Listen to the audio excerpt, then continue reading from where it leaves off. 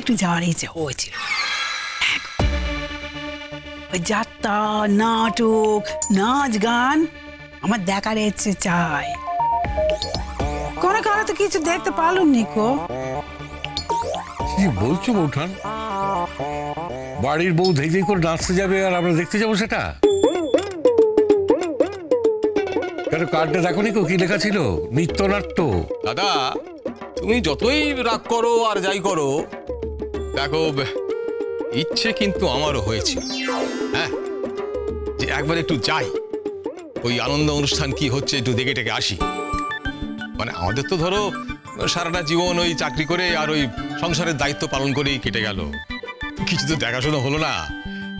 এখন রিটায়ার করে গেছি, এখনই তো ঘুরে বেড়ানোর সময়, একটু ঘুরবো বেড়াবো, একটু ওইসব ওই নাচ গান ফাংশন এইসব দেখবো টেকবো। তবে হ্যাঁ ওই ইমন নানির ফাংশন বলে গেলুম না, না হলে কিন্তু আমরা সবাই যেতুম। কি বললে? হ্যাঁ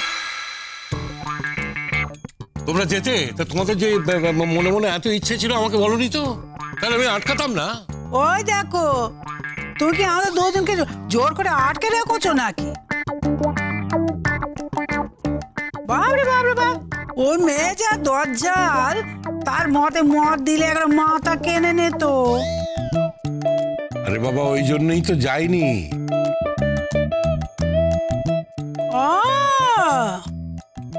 তা তোমারও যাওয়ার ইচ্ছে ছিল বলো মেয়ে ঠাকুরপো? সে নাচ গান হচ্ছে, সবাই দেখছে, আমিও দেখতুম, তাতে তো দোষের কিছু নেই কো। কিন্তু কথাটা হচ্ছে ঘরের বউ গিয়ে নৃত্য করবে, সেটা দেখতে তোমার ভালো লাগবে? হ্যাঁ, কথায় বলে ঘরের বউ মাঠে গিয়ে নাচছে, আর তাই দেখতে শ্বশুর শাশুড়ি সব গিয়ে ঝাঁপিয়ে পড়লো। অত আধুনিক আমি এখনো হইনি, আর আমার হওয়ার দরকারও নেই। এমন যদি হতো যে আমরা গেলুম কেউ আমাদের দেখতে পারলুনি, তাহলে যেত। হ্যাঁ, যদি আমাদের কেউ নজর করতো না তাহলে যেত। দাদা আমি একটা অন্য কথা ভাবছি। তুমি আবার কি ভাবছো? আরে বাবা, বাড়ির সবাই তো ঝেঁটিয়ে সেখানে গেছে, তাই সব নাচ গান হয়ে যাওয়ার পর রণকিতাদের শুধু মুখে বাড়িতে ফিরিয়ে আনবে, নিশ্চয়ই ভালো মন্দ খাওয়াবে, রাত হবে। অত রাতে ফিরে কি আর বাড়িতে রান্না বান্না হবে? ওরা বাইরে খাবে না? হাজার হাজার টাকা খরচা করে খাবে। ও দাদা, আমি খরচার কথা ভাবছি না, সে তো রণ একজনকে জুটিয়ে নিয়ে গেছে, যে রণ নিজে খরচা না করলেও তার হয়ে খরচা করে দেবে।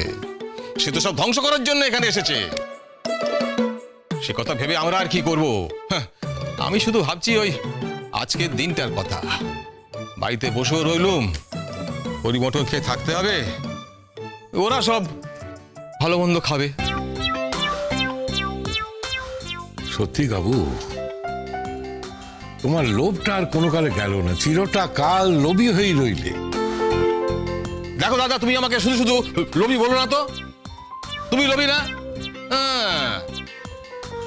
তুমি যে বাজারে যাও, হ্যাঁ, লন্ড্রিতে যাও, হ্যাঁ, তা কি হয়েছে? এই যে ফেরার সময় হরিময়ের দোকান থেকে টাকাটা জিলিপি, সিঙ্গাড়া, মাকা সন্দেশ এইসব যে মারো, আমি জানি না। হ্যাঁ, তুমি ভাবো কি আমার কাছে কোনো খবর নেই?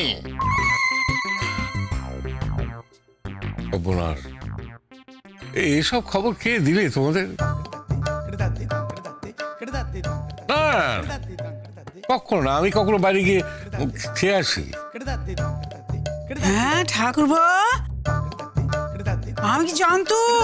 আমি কি জানতুম যে একা একা আমাদের বাদ দিয়ে তোমার পেটে কিছু ঢুকবে নিকো। হ্যাঁ, তুমি একা একা এসব করে বেড়া বুঝি? হ্যাঁ, আমাদের কিছু না দে। হ্যাঁ বড় বৌঠা, আমাকে হরিময়রা বলেছে দাদা ওই বাজার থেকে ফেরার পথে ওই দোকানে রোজই গরম গরম ওই সিঙ্গাড়া, জিলিপি, মাখা সন্দেশ টাকাটা খেয়ে নেয়। বিকেলবেলা গরম সিঙ্গাড়া তার চাই, আর এই যে শীতকালে ফুলকপির সিঙ্গারা তোমার চাই না? বলো বলো, ঠাকুরপো বলো। সে একাধ দিন হয়তো খেয়েছি, তুমি এমন করে বলছো যেন আমি রোজই একেবারে ও একাধ দিন যখন খেয়েছো তখন কোনোদিন তো মনে পড়েনি যে বাড়িতে একদিন নিয়ে যায়? তুমি কি পাগল হয়ে গেছো বাবু? হ্যাঁ, দিন দিন কাঁচা খোলার মতো কথা কইছো। এটা হচ্ছে পঙ্গপালের গোষ্ঠী। আমি সবার জন্য এই সিঙ্গারা জিলিপি নিয়ে আসবো? হ্যাঁ, তো আমি ফতুর হয়ে যাবো। ক টাকা পাই পেনশন? ক টাকা? আর তো দেখতো ছেলের অবস্থা। আমার একটা বউ নিয়ে এসে জুটিয়েছে, যে বাকি জীবনটা খাওয়াবে পড়াবে কিনা তার কোনো গ্যারান্টি আছে?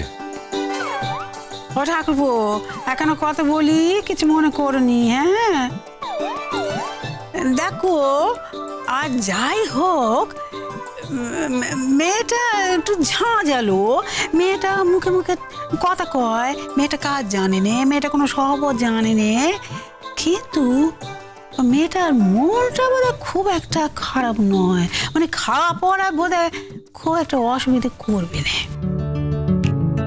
অমনি গলে গেলে তো? হ্যাঁ, তা কি দেখে করলে শুনি? বলি তো হক কথা ছাড়া মেয়েতে কথা মোটে বলবো নি। হ্যাঁ, ওই বাড়ির সকলে আমাকে দোষ দিতে লাগলো নি, ওই কুমোর ব্যাপারে সবাই আমাকে দোষ দিতে লাগলো, আমি মোটে খেয়ালুম নি, খাওয়া বন্ধ করে দিল। তখন তো মেয়েটি নিজে এসে আমাকে নিজে হাতে খাই দিল নি। বলো, সব লোক দেখানো অত বড় একটা অন্যায় করেছিল তো, সেই জন্য ওইসব করছিল। অত বড় একটা অন্যায় করেছে না, সেটাকে চাপা দেবার জন্য। তা মনে হয়নি আমার। হ্যাঁ, ও একেবারে উড়নচণ্ডী, ও সব উড়িয়ে পুড়িয়ে শেষ করে দেবে। তবে মনে হয় যে ওই মানে কাউকে না খেতে দিয়ে রাখবে না। দেখো বাবু, যাদের অত বদগুণ, তার এইটুকু সদ্গুণেতে আমাদের কি এসে গেল?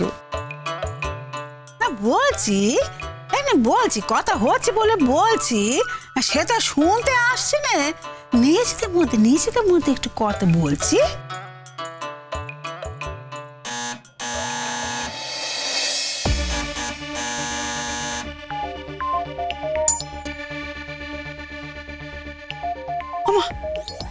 কে হলো গো? মেয়েটা আবার ফন্দি ফিকির করে কাউকে পাঠালো না তো? আমি খুলছি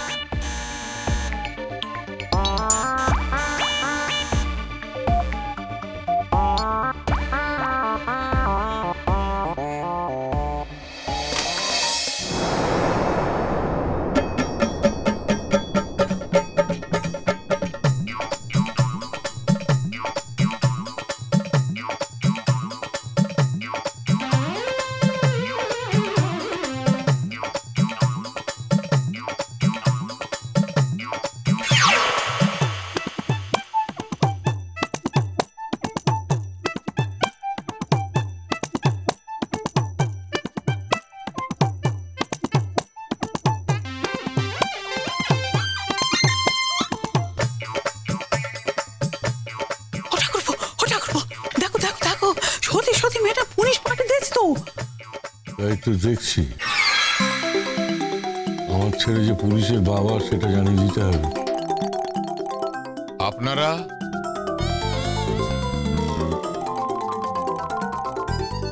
আপনি জ্যোতির্ময় চ্যাটার্জি তো? আগে হ্যাঁ, আমি। আপনারা কি ব্যাপার? আমরা আপাতত আসছি মেডিকেল কলেজ থেকে।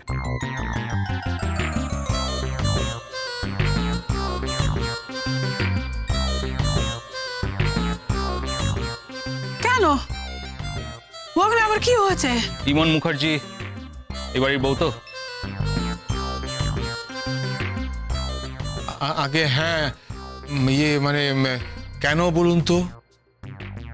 I am sorry to say, উনি কিছুক্ষণ আগে এক্সপায়ার করেছেন। হ্যাঁ,